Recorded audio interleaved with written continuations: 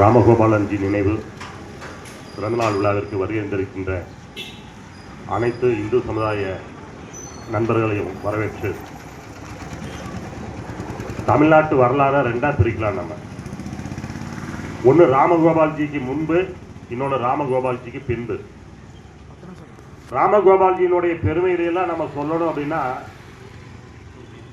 ராமகோபால்ஜிக்கு முன்பு தமிழ்நாட்டில் என்ன பிரச்சனை இருந்துச்சு அதை நம்ம தெரிஞ்சுக்கணும். முதல்ல நாமெல்லாம் இன்னைக்கு இந்துன்னு சொல்றோம், நெத்தியில பொட்டு வச்சிருக்கோம், கோயிலுக்கு போறோம். தமிழ்நாட்டில் இருக்கக்கூடிய லட்சக்கணக்கான கோயிலில் 3 வேளை பூஜைகள் சிறப்பாக நடக்குது. கோயில் விழாக்கள்ல லட்சக்கணக்கான ஆட்கள் கலந்துக்கிறாங்க. இதுக்கெல்லாம் காரணம் யாருன்னு கேட்டீங்கன்னா, ஒரே ஒருத்தர் ராமகோபால்ஜி மட்டும். அவருடைய காலத்துக்கு முன்பாக இதே தமிழ்நாட்டில், இதே பெருநாய்க்கம்பாளையத்தில் இருக்கக்கூடிய பெரிய பெரிய சுவர்ல தீக்காக்காரன் ஒரு வாசகம் எழுதுவான். இந்துன்னா வேசி மகன் எழுதுவான், இந்துன்னா திருடன்னு சொல்லுவான். பெருநாய்க்கம்பாளையத்தில், கூடலூர் கவுண்டம்பாளையத்தில், வீரபாண்டியில பொதுக்கூட்டம் போடுவான். பொதுக்கூட்டத்தில் பெண்களை மேடை ஏற்றி, தீக்கா பொதுக்கூட்டத்தில் பெண்களை மேடை ஏற்றி அந்த பெண்களுடைய தாலியை அறுப்பான், பெண்களுடைய பொட்டை அழிப்பான், கற்பை பற்றி இழிவா பேசுவான். பல்வேறு கேவலமான விஷயங்களை தொடர்ந்து தமிழ்நாட்டில் தீக்காக்காரன் பண்ணிட்டு இருந்தான். பண்ண அட்டூழிய புத்தமிக்க வீட்டுக்கு சமையல் ரூம் வேண்டாம்னு பிரச்சாரம் பண்ணுவான். காரணம் என்னன்னு சொன்னா, அது பெண் அடிமைத்தனம் வாங்குவான். பெண்கள் கற்போட வாழக்கூடாது அப்படின்னு சொல்லுவான். இதை விட கேவலமான விஷயம் பெண்களை வச்சு சொல்லக்கூடாது. இருந்தாலும் மக்களை தெரிஞ்சுக்கணும், பெண்களுடைய கர்ப்பப்பையை எடுத்துடணும். அப்பதான் பெண்களுக்கு குழந்தை பெற்றக்கூடிய அந்த தண்டனை எல்லாம் போயிடும். ஆண்களுக்கும் குழந்தை வேண்டாம், பெண்களுக்கும் குழந்தை வேண்டாம், அப்படியே வாழ்ந்து அழிச்சிடலாம். இப்படியெல்லாம் ஒரு தீய பிரச்சாரத்தை தமிழ்நாட்டில் பண்ணது தீக்காக்காரன். நாடு முழுவதும் தேசியத்துக்கு ஆதரவாக, இந்துக்களுக்கு ஆதரவாக சூழ்நிலை இருக்கு. ஆனா தமிழ்நாட்டில் மட்டும்தான் இப்படிப்பட்ட கேவலமான நாட்டிய பிரச்சாரம் நடந்துருச்சு. இந்துனா கேவலமான விஷயம். நம்ம பெரியவங்க கூட, அன்னைக்கு நான் கல்ல பார்த்திருக்கேன், நம்ம பெரியவங்க கூட கோயிலுக்கு போவாங்க, சாமி கும்பிடுவாங்க. அங்க திண்ணீர் பூசாரி கொடுத்தாங்கன்னா வாங்கி நெத்தியில வைப்பாங்க. வெளியே வந்தோடனே இப்படி அழிச்சிருவாங்க. காரணம் என்ன? திகாக்காரன் பார்த்தா கிண்டல் பண்ணுவான், திமுக காரன் பார்த்தா கிண்டல் பண்ணுவான்னு சொல்லிட்டு திமுக காரனுக்கு, திக காரனுக்கு பயந்துட்டு பொட்டளித்த காலம் இந்த தமிழ்நாட்டில். இன்னும் சிறப்பா சொல்ல போனா, திமுகவில் இருந்த மறைந்த நடிகர் திலகம் சிவாஜி கணேசன் திமுகவில் இருக்கார். அவருக்கு உடம்பு தெரியல, காய்ச்சல். அவங்க அம்மா, அவருடைய மனைவி கமலா அம்மாள் வந்து ஒரு பிரார்த்தனை பண்றாங்க. சிவாஜி கணேசனுக்கு நல்லா ஆயிடுச்சு அப்படின்னு சொன்னா, நாங்க திருப்பதிக்கு வந்து சாமி கும்பிடுறோம்னு சொல்லி அவங்க பிரார்த்தனை பண்றாங்க. அதே போலவே அவருக்கு சிவாஜி கணேசனுக்கு நல்லாகுது. அவர் திமுகவில் இருந்த சிவாஜி கணேசன் திருப்பதி போயிட்டு திரும்பி வர்றாரு. திமுகவில் ஒரு தீர்மானம் போடுறாங்க. என்ன தீர்மானம்? கோயிலுக்கு போயிட்டு வந்தது திமுகவினுடைய கட்சி விரோதம். அதனால வந்து சிவாஜி கணேசனை திமுக விட்டு வெளியே அனுப்புறேன்னு சொன்ன காலம் தமிழ்நாட்டில் இருந்துச்சு. அவர் வெளியே வந்துட்டாங்க. அதுக்கப்புறம் தான் அவர் காங்கிரஸ் சேர்ந்தார். அப்படிப்பட்ட கேவலமான ஆட்சி அது இங்க நடந்துட்டு இருந்துச்சு. சேலத்துல பிள்ளையார் சிலையை ஊர்வலமா வாங்கிட்டு போய் ஒரு சிலையை உடைக்கிறான் ஈவேராங்க கூடிய அந்த ராமசாமி.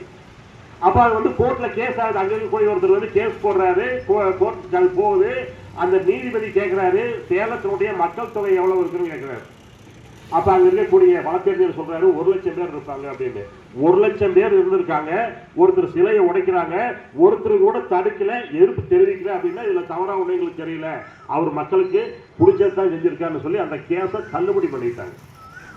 இதையெல்லாம் பார்த்த RSS பேர் இயக்கம் 1980 கரூர்ல முடிவு பண்றாங்க, தமிழ்நாட்டில் ஒரு இந்து முன்னணி போல ஒரு அமைப்பு, போராட்ட அமைப்பு, எங்கெல்லாம் இந்துக்களுக்கு பிரச்சனை ஏற்படுதோ அங்கெல்லாம் போய் நின்று தட்டி கேட்டு தகராறு பண்ணி அந்த பிரச்சனையை தீர்ப்பதற்கான ஒரு அமைப்பு வேணும்னு சொல்லி முடிவு பண்ணி, அன்னைக்கு RSS இணை அமைப்பாளராக இருந்த ராமகோபாலன்ஜியை இந்து முன்னணிக்கு அனுப்புறாங்க. அன்னைக்கு சூழ்நிலை என்ன? தமிழ்நாடு முழுவதும் இந்து வெறுப்பு. இந்து பெண்களை கிண்டல் பண்ணுவாங்க, இந்து பெரியவங்களை கிண்டல் பண்ணுவாங்க, கோயிலை பத்தி, சாமியை பத்தி எல்லாம் கேவலமா பேசுவாங்க. அன்னைக்கு தனி மனிதனா வெளியே வந்து ஒவ்வொரு ஊரா பிரச்சாரம் பண்ண பெரியவர் வந்து நம்ம ராமகோபால். எனக்கு தெரியும், அவர் வந்து ஒரு வேளை சாப்பிட்ட வீட்டுல இன்னொரு வேளை அவர் சாப்பிட்டது இல்லை. ஒரு நாளைக்கு 3 வேளையும் 3 ஊர்ல 3 வீட்டுல சாப்பிடுவார். தன்னுடைய வாழ்நாளுடைய கடைசி நிமிஷம் வரைக்கும் இந்துக்களுக்காக தொடர்ந்து பிரயாணம் பண்ணி ஆயிரக்கணக்கான லட்சக்கணக்கான இந்து முன்னணி தொண்டர்களை உருவாக்கி இன்னைக்கு மாபெரும் ஒரு இந்து சக்தியை உருவாக்கி வச்சிருக்காரு. எந்த அளவுக்கு தெரியுமா? எந்த தமிழ்நாட்டில் ஒரு பிள்ளையார் சிலை உடைக்கப்பட்டதோ அதே தமிழ்நாட்டில் இன்னைக்கு 20 லட்சம் இடங்கள்ல நம்ம வந்து விநாயகர் சதுர்த்தி நடத்துறோம். இந்து முன்னணி நடத்தின விநாயகர் சதுர்த்தி மட்டும் 1 லட்சம். இது போக பொதுமக்கள் கோயில்கள்ல குறிப்பா சொல்ல போனா இந்த பகுதியில் 2-3 இடங்கள்ல திமுக கார விநாயகர் சதுர்த்தி நடத்துறாங்க. காரணம் என்ன? இளைஞர்கள் பூரா விநாயகர் சதுர்த்தி பக்கம் நிற்கிறான்.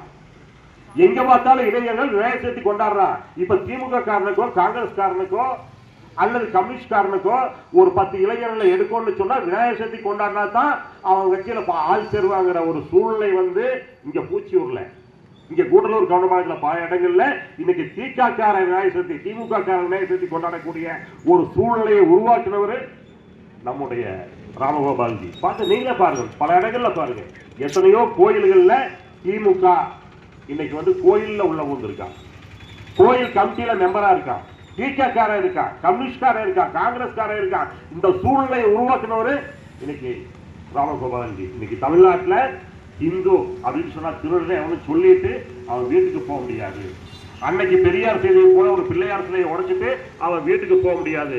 அப்படிப்பட்ட சூழ்நிலையை இன்னைக்கு நம்ம ராமகோபாலன்ஜி உருவாக்கி வச்சிருக்காரு. அவர் சொன்ன ஒரே ஒரு விஷயம், நம்ம இன்னும் செய்ய வேண்டிய விஷயம் அது ஒண்ணுதான். என்ன? இந்து ஓட்டு வங்கியை உருவாக்க சொன்னார். யோசனை பண்ணி பாருங்க, தமிழ்நாட்டில் இன்னைக்கு கிட்டத்தட்ட 85% இந்துக்கள் இருக்கும்.